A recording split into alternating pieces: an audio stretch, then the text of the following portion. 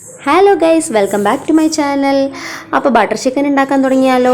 ഇരുമ്പിൻ്റെ ചീനച്ചട്ടി അടുപ്പത്ത് വെച്ചിട്ട് അതിലേക്ക് സൺഫ്ലവർ ഓയിൽ ഒഴിച്ചിട്ട് ഒരു 1/2 കിലോളം വരുന്ന സവോള ചോപ്പ് ചെയ്തതും 20 കാഷ്യൂനട്ടും കുറച്ച് തക്കാളിയും വെളുത്തുള്ളി ഇഞ്ചി ഇത്രയും സംഗതികൾ ഒന്നിച്ചിട്ടിട്ട് ഞാൻ എന്ത് ചെയ്യാണ്, ആ എണ്ണയിലിട്ട് വഴറ്റിക്കൊണ്ടിരിക്കുകയാണ്. ആ എണ്ണയിലിട്ട് വഴറ്റി നമ്മളത് നന്നായിട്ട് വെന്തുടയുന്ന പരുവം വരെ ഇളക്കി കൊടുത്തുകൊണ്ടേയിരിക്കണം. ഈ സമയത്ത് നമുക്ക് കളറിന് ആവശ്യമായിട്ട് കാശ്മീരി മുളക് പൊടി ചേർക്കാവുന്നതാണ്. ഇതിൽ നമ്മൾ വേറെ കളറൊന്നും ചേർക്കുന്നില്ല. കാശ്മീരി മുളക് പൊടിയുടെയും തക്കാളിയുടെ കളറുമാണ് ഈ കളറ് തരുന്നത്. അതിലേക്ക് എരിവിന് ആവശ്യമായിട്ട് നമുക്ക് എന്ത് ചെയ്യാം, ഒരു പച്ചമുളക് ഞാൻ ചേർത്തിട്ടുള്ളത്, നിങ്ങൾക്ക് എത്ര വേണ്ടച്ചാൽ ചേർക്കാം. പിന്നെ ഒരു നുള്ള് മഞ്ഞൾപ്പൊടി ചേർക്കണം, കുറച്ച് ഗരം മസാലപ്പൊടി ചേർക്കണം, പിന്നെ ഒരു അരമുറി നാരങ്ങാ നീരും കൂടി പിഴിഞ്ഞൊഴിച്ചതിന് ശേഷം നന്നായിട്ട് ഇളക്കി വെന്ത് കുഴയുന്ന പരുവം വരെ നന്നായിട്ട് അതിനെ മിക്സ് ചെയ്തുകൊണ്ടേ ഇരിക്കുക. എന്നിട്ട് ആവശ്യത്തിന് ഉപ്പ് ചേർത്ത് കൊടുക്കുക. ഇതും കഴിഞ്ഞതിന് ശേഷം നമ്മൾ നന്നായിട്ട് ആ ചൂടിൽ തന്നെ കിടന്ന് നന്നായിട്ടൊന്ന് വെന്ത് കുഴയട്ടെ. ആ സമയത്തേക്ക് നമുക്ക് ചിക്കൻ മാഗ്നേറ്റ് ചെയ്യാൻ വേണ്ടി വെക്കണം. ചിക്കനിലേക്കും ഇതുപോലെ തന്നെ കുറച്ച് ഒരു കളറിന് വേണ്ടി മാത്രം ഉള്ള മുളക് പൊടിയും കുറച്ച് ഇഞ്ചി വെളുത്തുള്ളി പേസ്റ്റ്, പിന്നെ അതേപോലെ നാരങ്ങയുടെ നീര് ഇത്രയും ചേർത്തിട്ട് മിക്സ് ചെയ്ത് മാറ്റി വെച്ചിരിക്കണം.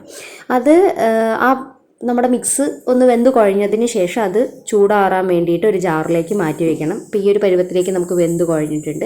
അതേ കടായിലേക്ക് തന്നെ നമുക്ക് 50 ഗ്രാം ബട്ടർ ചേർത്ത് കൊടുക്കണം. 50 ഗ്രാം ബട്ടർ ചേർത്തിട്ട് അതിലേക്ക് നമുക്ക് ഈ ചിക്കൻ കഷ്ണങ്ങൾ ഇട്ടിട്ട് വറുത്ത് കോരിയെടുക്കണം. 1 കിലോ ചിക്കനാണ് ഞാൻ എടുത്തിട്ടുള്ളത്. 1 കിലോ ചിക്കനിലേക്ക് 1/2 കിലോളം വരുന്ന തക്കാളിയും 1/2 കിലോളം സവോളയാണ് ചേർത്തിട്ടുള്ളത് കേട്ടോ.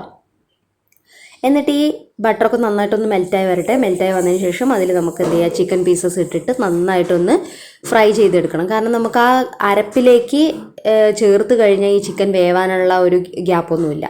അപ്പോൾ അതുകൊണ്ട് ഈ ചിക്കൻ നന്നായിട്ട് വെന്ത് നമ്മൾ ഫ്രൈ ചെയ്ത് മാറ്റിയെടുക്കണം. അത് കഴിഞ്ഞതിന് ശേഷം ജാറിലേക്ക് ഇട്ടിട്ട് നമുക്ക് എന്ത് ചെയ്യണം, ഇത് ചൂടാറിയതിനെ നന്നായിട്ട് വെള്ളമൊന്നും ചേർക്കാതെ അരച്ച് പേസ്റ്റാക്കി മാറ്റി വയ്ക്കണം. ഇതാണ് നമ്മുടെ അരച്ച പേസ്റ്റ് വരുന്നത് കേട്ടോ. എന്നിട്ട് ഈ മാറ്റി വെച്ചിരിക്കുന്ന ചിക്കൻ കഷ്ണങ്ങളൊക്കെ നമ്മൾ എന്ത് ചെയ്യുകയാണ്, വറുത്ത് വെച്ചിരിക്കുന്നതിനൊരു പാക്കത്ത് മാറ്റി വയ്ക്കുക.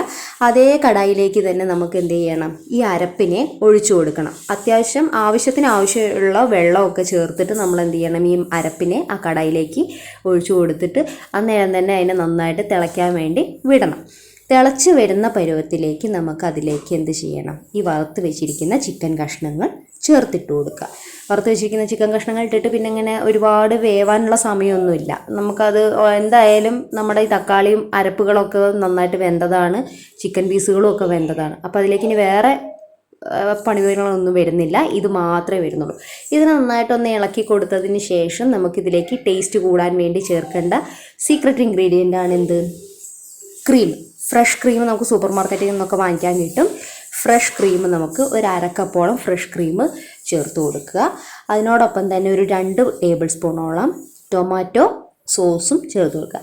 ഈ സംഗതിയിൽ എൻ്റെ കയ്യിലില്ലാത്തൊരു സാധനമാണ് കസൂരി മേത്തി. കസൂരി മേത്തി എന്താണെന്നറിയാമല്ലോ, നമ്മുടെ ഉലുവയുടെ ഇല ഉണക്കിപ്പൊടിച്ചതാണ്. ആ സംഭവം എൻ്റെ കയ്യിലില്ല. അതുണ്ടെങ്കിൽ കുറച്ചും കൂടി ടേസ്റ്റ്, അതായത് റെസ്റ്റോറൻറ്റ് സ്റ്റൈലിൽ തന്നെ നമുക്ക് കിട്ടും. അപ്പോൾ ആ പൊടിയും കൂടി ചേർത്ത് കഴിഞ്ഞാൽ നമ്മുടെ കറി ഇവിടെ റെഡി ആയിട്ടുണ്ട്. മീൻസ് നമ്മുടെ ഗ്രേവി ഇവിടെ റെഡി ആയിട്ടുണ്ട്. ഇത്രയേ ഉള്ളൂ. അപ്പോൾ എല്ലാവരും ഒന്ന് ട്രൈ ചെയ്തു.